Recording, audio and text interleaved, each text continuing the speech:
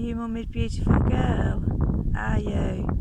Can you just lie there taking the views of the moo-moos on the field? Don't you? She says just get the butty out of the bag. I want me butty. You want your butty, don't you, baby?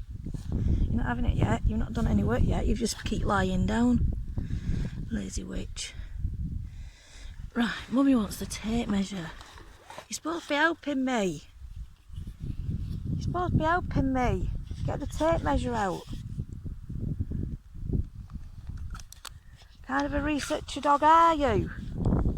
Just believe in butties and sausages and treats and all good things. Got to measure the fishes up.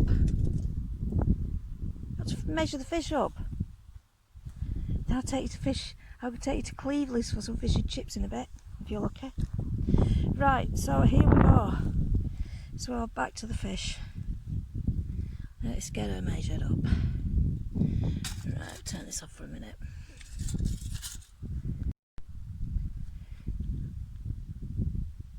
It's full sun and I can hardly see what I'm doing here. Right, so we're above Paisley Barn. We're in line with fish number 3, which is over there. On that bit of a ridge there. Just above my tape measure. Fish stone 3. We're at fish stone 2, which aligns with the Neolithic split stone, which is just there. That's the Nick of Pendle. You'd know that's the Nick of Pendle because it's in line with that gate.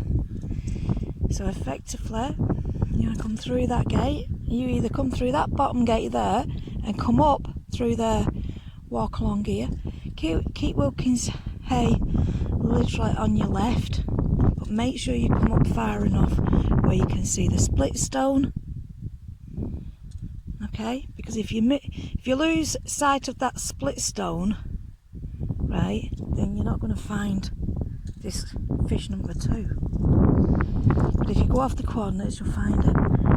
The fish chamber, it's a raised platform. It's in shape of a lozenge, and just to the south of the fish chamber is a beautiful blue lozenge stone. So I've documented all this. I don't want to go too far because, you know, there's a lot of stones around here and they're all covered with plants. So I don't want to twist my ankle. So there's a beautiful blue lozenge. You can see that, and then there's further stones which align that way. Okay, but we'll come to that. That's Wilkins A Farm just there. So there's Paisley Tithe Barn. You can see we're not too far away from the split stone. So I'm walking literally uphill now, so you know we're going up a cairn. So this is the fish offering. It's like a fish on a plate. So I look at it. It's a fish on a lozenge plate. The lozenge being fertility symbol. It's a goddess symbol. So underneath here is a goddess. So we're just going to measure her up now.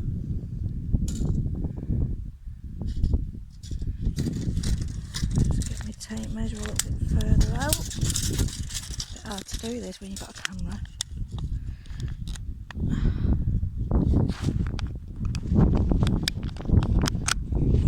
Just a bit of oil on it. Just a bit onto the 2-foot marker. Okay. So we'll just get that measured up roughly. You can see it's about 20 inches now. 21 inches, about 20.5 inches by, you can see the fin there because it does go down. 21 by 10. Remember, all these would have been, you know, they're weathered, so they'll be a bit smaller than the original. So we've got some nice marks on here. Whether it's natural or unnatural, that's up to you to figure out. Now what I love about this, there's an unusual stone there with a nice circle to it. Can you see? nice straight line there. So that measures east. Another nice straight lines there. But I dare say that this chamber is connected to that. Or maybe there is another big stone over there actually, so it could have been brought from there, which would align with that, and it could have been reused, refashioned. But there's definitely something going on there. So now we've documented this with the coordinates, I'm going to drop down. I'm just going to walk a bit further along and then drop down to it's an unusual set of stones. I think it's fish stone number 8. And it has like a triangle. We'll go down there now and we'll do that one. So we've just done the coordinates on fish stone 3. I've had a quick look and tidied up the split stone over there with the raven stone. Now I'm doing the, what I call the fish lozenge. I think this was fish number 2, isn't it? Fish number 2, yeah. So Springwood being across there in the direction of fish number 1. It gets a bit confusing, but it will all make sense once I put it onto the CD. So you can see the beautiful fish, how it just sits within the lozenge, and it's quite a big lozenge, that. Beautiful stone and earth monument. This is what we've got to remember, it's stone and earth.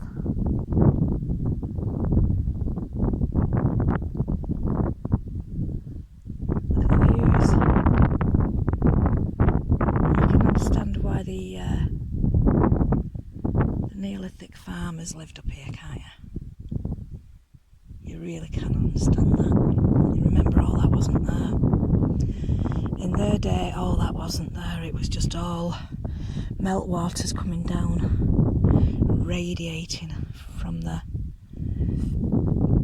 last ice age, and all that would have been all water, a riverbed, a wide riverbed. So of course, the things what were on their mind were fish. And when you think about it, the Pendle Zodiac map, that's Pisces, that area. When you're looking at the Pendle Zodiac map, that goes back, that spans back 4,500 years old. That was when these guys were here. They already knew that was Pisces. And in the west was Leo. They'd already mapped it. They'd already figured all that out. So when you think it's just like Fred Flintstone and his mates digging away on top of the hill, it was nothing like that. It was nothing like that at all. They was already using the zodiac. Sagittarius and Cancer and Taurus. They was already using it within the landscape. Thousands of years ago. You can see where the meltwaters come down and around and shifted and opened up the valleys.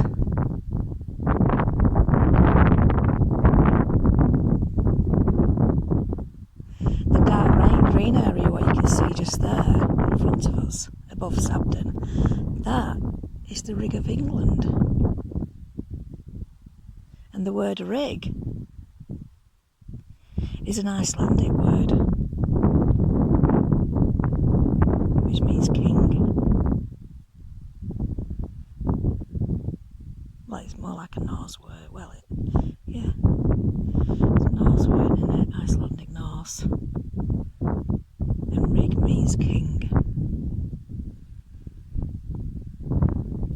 So before they had kings, they had rigs. They had rigs. Over there in above the rig of England is Great Hambledon. And that's where I collect my clay to make my goddesses. So there's just a little bit of a prehistoric knowledge that I've learnt and picked up from doing this journey.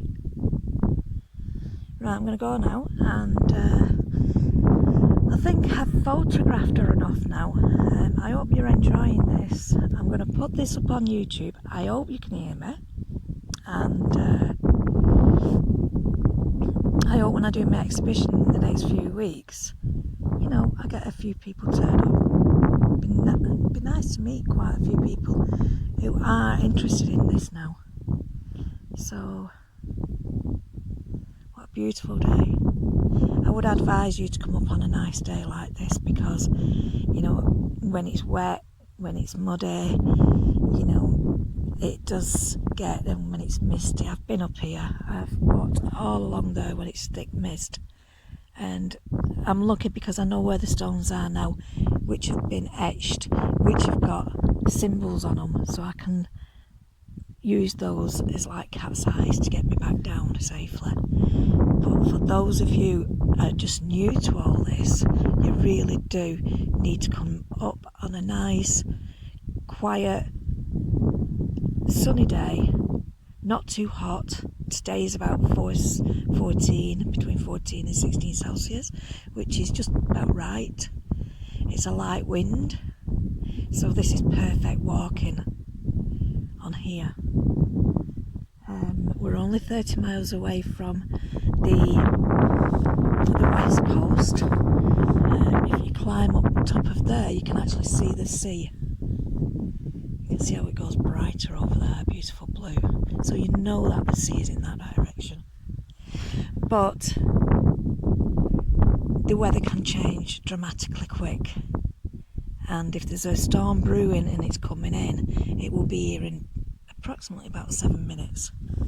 So it doesn't give you too much time to really get down off this hill before the thunder and the storm comes. So please bear that in mind.